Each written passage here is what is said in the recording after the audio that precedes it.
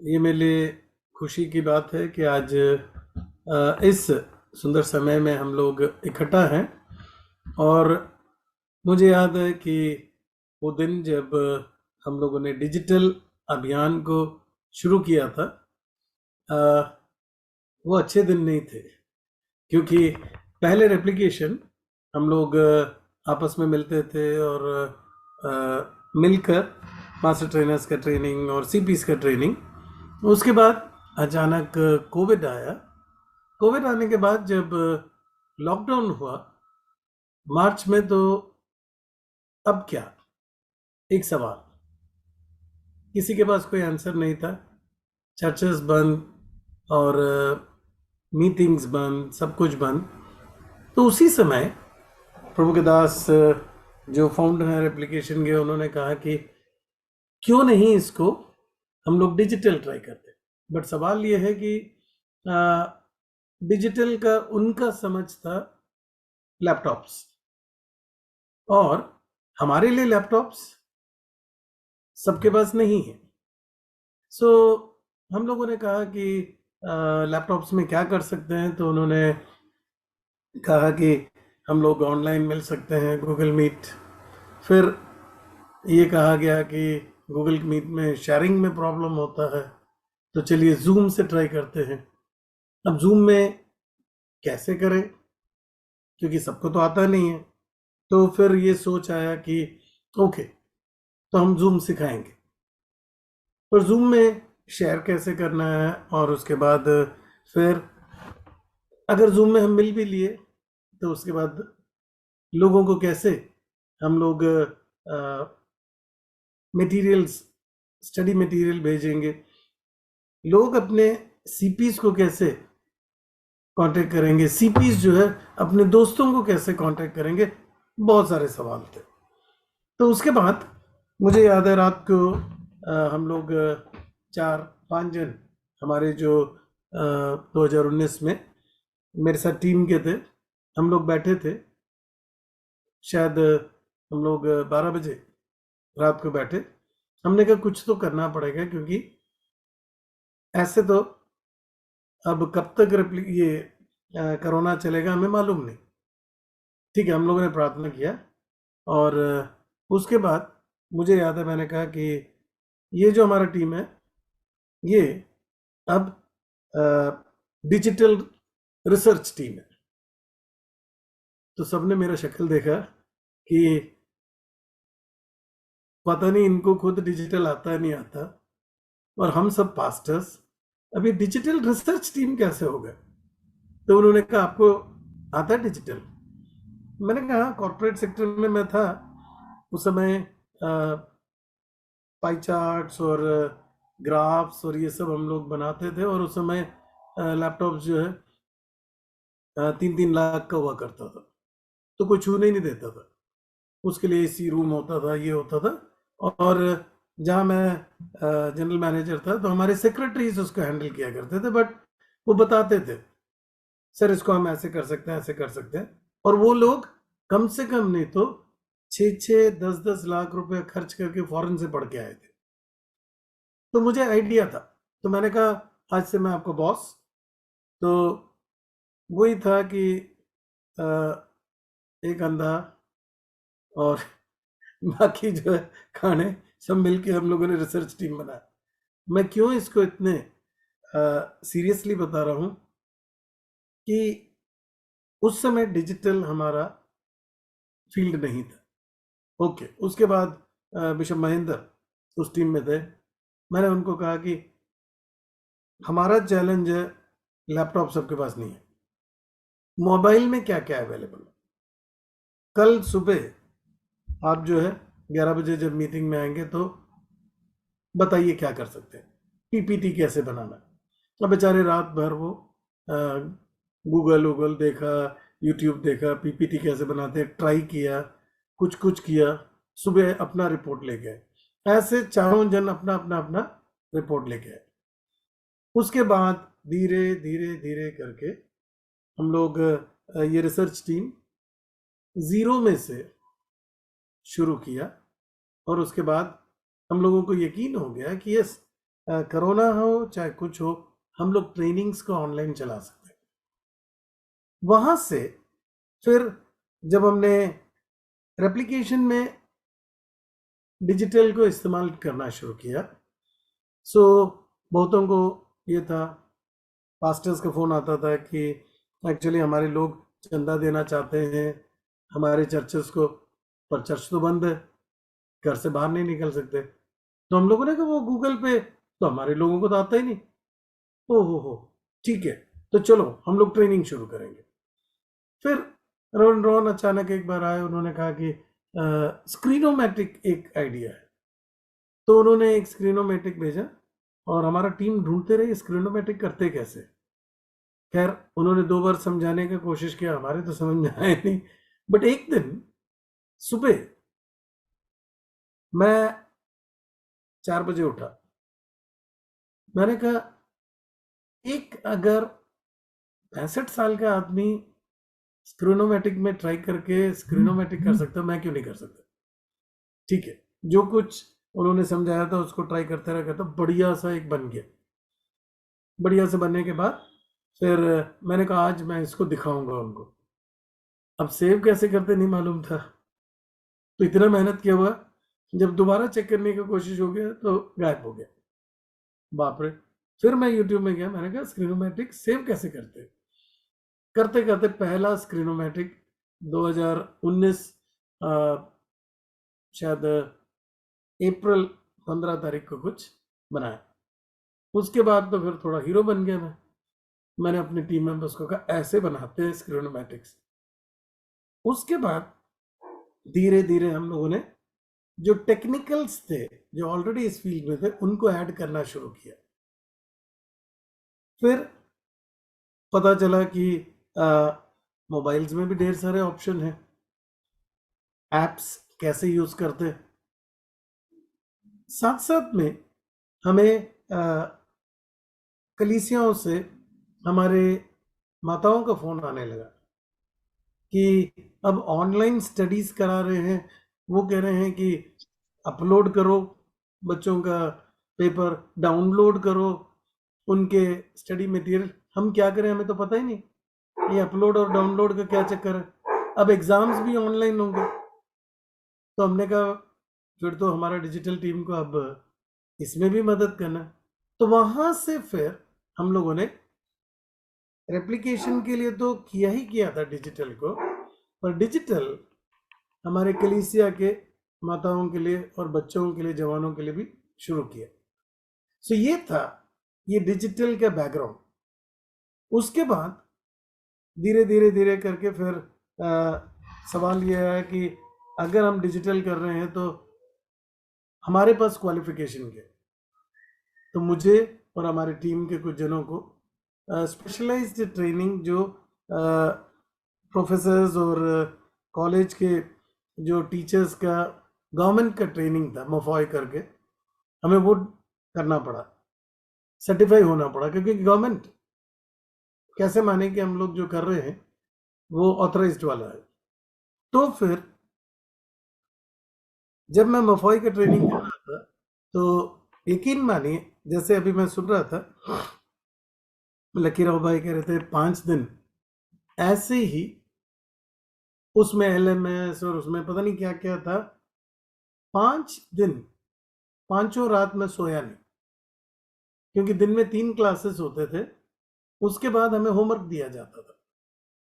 और फिर एक तो इज्जत का भी सवाल था कि डिजिटल रिसर्च टीम का हेड हूं, और अगर मुझे ही नहीं मालूम तो, और फेल हो गया तो मुंह कैसे दिखाऊंगा मैं लोगों को। रात भर मैं बैठकर कैनवा, शेड्यूलिंग, ये वो जितने भी थे किया। उसके बाद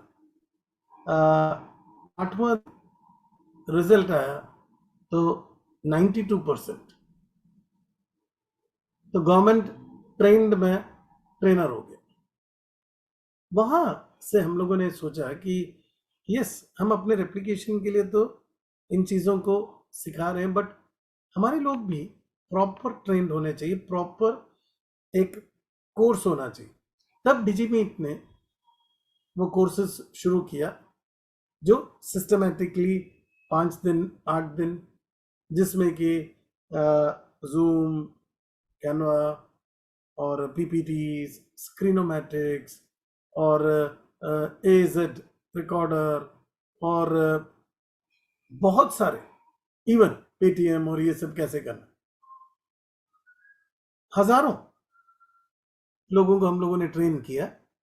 और उसके बाद जैसे रेप्लिकेशन का एक सिस्टम है दूसरों को अपने से बेहतर बनाना, जब कोहार्ट्स बने तो हमारा टीम ने यही सोचा कि अगर डिजीमीट ही 30-30 जनों को लेकर ट्रेन करते रहेगा तो हम नहीं कर पाएंगे। हर एक कोहार्ट्स को हमने कहा अब आपके पास अपना डिजिटल टीम होना चाहिए। सो सीजी ऑप्टिमाइज जो है एक है, ऐसे ही टेक हार्ट, एफनेट, हमारे जितने कोहार्ट्स हैं उनके उतने डिजिटल टीम है जो डिजिटल सिखाता है। अभी तो पहला स्टेप है जो रेप्लिकेशन के मास्टर ट्रेनर्स हैं और जो रेप्लिकेशन के सीपीज हैं उनके साथ फोकस कर रहे हैं। पर उस समय हम लोगों का एक और सोच था कि ना केवल जो रेप्लिकेशन से जुड़े हैं उनके लिए, पर ऐसा भी हमारे चर्चेस के यूथ के लिए और बहनों के लिए शुरू किया जाए जो प्रोफेशनल कोर्सेज हो। क्योंकि जैसे हमारी बहनें हैं, बहुत अच्छा अचार बना सकते हैं, बहुत अच्छा है ना पकवान बना सकते हैं, डेफिनेटली ऑनलाइन वो अपना रेसिपीज शेयर करना, ऑनलाइन ऑर्डर्स को लेना, बिजनेस स्टार्ट कर सकते हैं। हमारे जवान जो चर्चेस के हैं जब बाहर खड़े होते हैं पब्लिक के बीच में, पब्लिक कहते हैं कि क्रिश्चियंस जो है ये इतना दिमाग वाले नहीं हो, है ना, ये तो जो है ना चौथी फेल होते हैं, ये होते हैं, और बाहर वाले कंप्यूटर जानते हैं। हमारा इच्छा, मेरा पर्सनल इच्छा ये कि हमारे चर्च के यूथ बेस्ट कंप्यूटर का कोर्सेज उनको मिले। अब बाहर जब जाते हैं 30,000 40,000 का कोर्स, बट क्यों नहीं हम on a very nominal fees जो है उनको सिखाएं।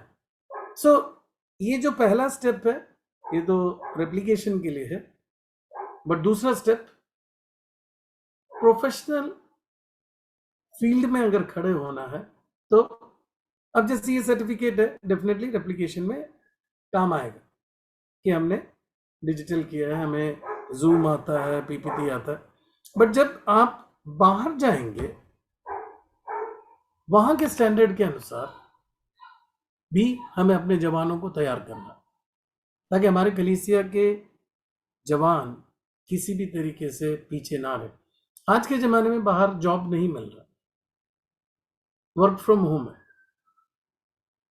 सेल्फ बिजनेसेस है, ये डिजिटल फील्ड है, उसके लिए बेस्ट है।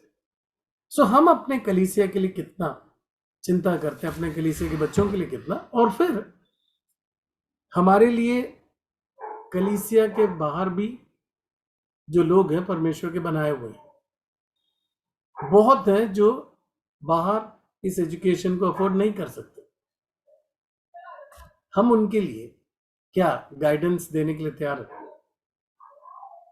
अगर आपने सीखा है तो क्या दूसरों को सिखाने के लिए तैयार है? क्यों हम किसी को इस फील्ड में कमजोर देखें? तो ये था हमारा बड़ा एक दर्शन, और आने वाले दिनों में डेफिनेटली हम लोग चाहेंगे कि आप लोग सिर्फ फर्स्ट स्टेप में ना रुकें। ये तो शुरुआत है, ये तो सिर्फ एक स्टार्टर है। प्रभु करें कि आप लोग और अधिक डिजिटल इसमें आगे बढ़ते जाए ना। हो डिजिटल जो है अगर आप देखेंगे ये कम्युनिकेशन का हिस्सा है, संचार का, और संचार में परमेश्वर अलग अलग तरीकों को इस्तेमाल कर रहा था। और अगर आज बाइबल लिखा जाता और आज तक का इतिहास होता तो पता है क्या होता? परमेश्वर ने आदि में सूरज, चंद्रमा और घास और ये सब उगाए, है ना। उसने दिखाया कि वो जीवता परमेश्वर है। उसके बाद परमेश्वर बादल के द्वारा, आग के खंभे के द्वारा कम्युनिकेशन।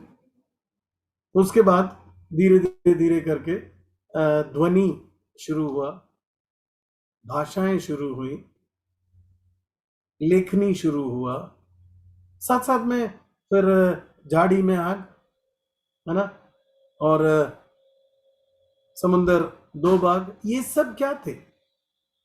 कम्युनिकेशन का मीन्स थे। उसके बाद धीरे धीरे धीरे पर्दा का दरार होना, उसके बाद फिर ऑटोमेटिकली पत्थर का हटना, ये सब क्या है?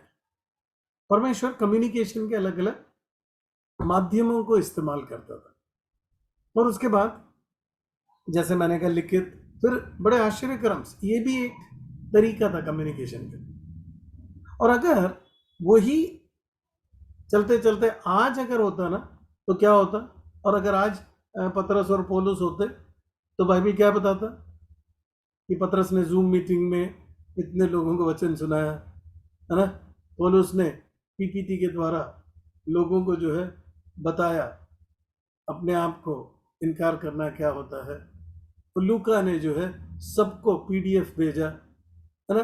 और व्हाट्सएप ग्रुप में हर दिन लोग शाम को जो है प्रार्थना के लिए इकट्ठा होते थे। बहुत सारी चीजें जो कम्युनिकेशन का है वो लिखा जाता, क्योंकि परमेश्वर, है ना।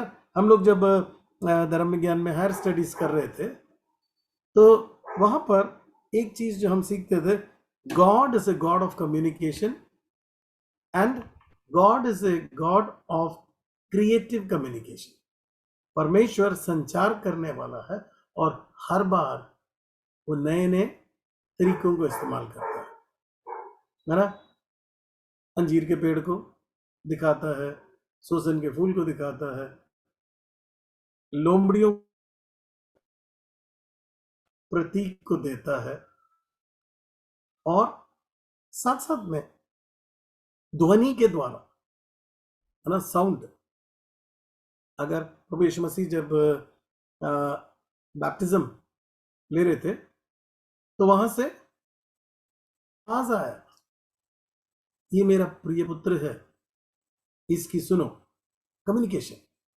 सो वो था। उन सबसे पहले तो पत्थरों में लिखा जाता, चमड़ों में लिखा जाता था। जैसे जैसे समय बीतता गया संचार में आता गया। परमेश्वर, क्योंकि लैपटॉप होता, एंड्रॉइड फोन होता, डेफिनेटली वो जूम को इस्तेमाल करता, है ना। उस समय पैदल जाता था, आज हम गाड़ियों में जाते। जो डिजिटल है सेवा में, ये कम्युनिकेशन का मॉडर्नाइज्ड वर्जन है। और जरूरी है कि वो जो लिखित, चेलों के बाद रेडियो, रेडियो के बाद टेलीविजन, पेजर, उसके बाद हमारे फैक्स, हमारे इंटरनेट, हमारे बीच में वो टेलीग्राम, ये सब क्या है? कम्युनिकेशन का तरीके। आज प्रभु का धन्यवाद हो, और जब मैं धन्यवाद कह रहा हूं साथ साथ में एक चुनौती देने वाला हूं। आज संचार पहले उत्पत्ति के समय और फिर पहली शताब्दी के समय से बहुत ज्यादा मॉडर्नाइज हो गया है, फास्ट हो गया है, एक सेकंड के अंदर हजारों को आप संदेश भेज सकते हैं। आप लोगों के घरों के अंदर में जाकर उनसे बात कर सकते हैं ऑनलाइन। एक समय ऐसा था जब बड़ा सा डब्बा, कंप्यूटर, रैम, पीसी, उसके बाद आया लैपटॉप, उसके बाद हमारा मोबाइल आया। आजकल 1,500 रुपए में वो घड़ी आ रहा है। घड़ी में ही आप सब कुछ देख सकते हैं। आपको पूरा कहना चाहिए कि कंप्यूटर जो है वो घड़ी में है।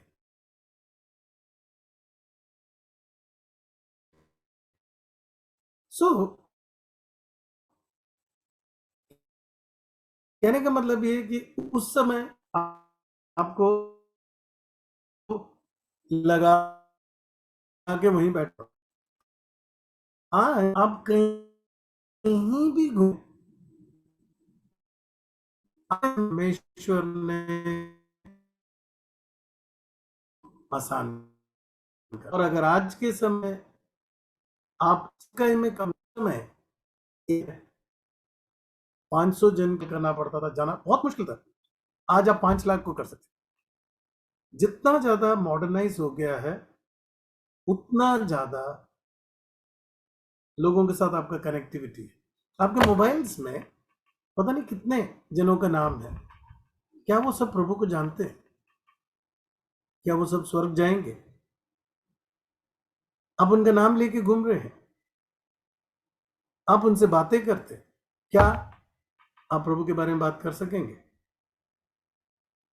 बार बार बात कर सकते हैं। आपको किसी के घर विजिट करने की जरूरत नहीं है।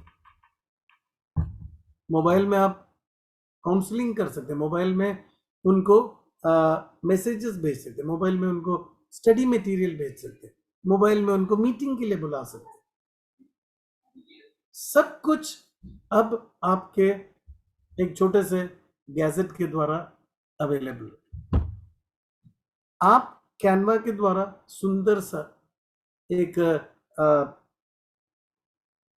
चित्र, उसमें कुछ मैसेज, बर्थडे के दिन, शादियों में आप भेज सकते हैं। पहले हर चीज कार्ड आता था, अब आप कार्ड बना के भेज सकते हैं। डेली मॉर्निंग में आप भेज सकते हैं। पर क्या हम ये जो संचार के माध्यम जो मॉडर्नाइज हुए उसको सेवा के लिए इस्तेमाल करने के लिए तैयार है? क्या हमारे अंदर जो खोए हुए लोग हैं उनसे लगातार मिलने का, उनको प्रभु के साथ जोड़ने के लिए तड़पन है? अगर है तो ये जो माध्यम है बहुत यूजफुल। और आज के दिन प्रभु आपसे ज्यादा लेखा लेगा। क्यों? क्योंकि वर्ष जिसको अधिक दिया गया है उसे अधिक लिया जाएगा। पतरस पौलुस कह सकते हैं हमें तो पैदल जाना पड़ता था, घोड़े में जाना पड़ता था, है ना। उसके बाद वाले कह सकते हैं हमें मोटरसाइकिल में जाना पड़ता था। पर आज तो आप डिजिटली सबके पास पहुंच सकते हैं। अगर आपकी सेवा पीछे रह गई, अगर आपकी सेवा में रिजल्ट्स नहीं है,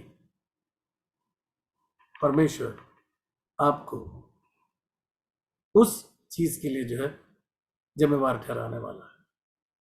सो परमेश्वर करे कि जिस उद्देश्य के लिए हम लोगों ने इस डिजिटल मुहिम को स्टार्ट किया था, हजारों को ट्रेन करिए और देन नेक्स्ट स्टेप में भी ले जाइए, और साथ साथ में कलीसिया के हर एक लोगों को योग्य बनाइए ताकि वो भी अपने लोगों को इस माध्यम के द्वारा जो है लाभ पहुंचा सके। परमेश्वर आप सबको आशीष दे।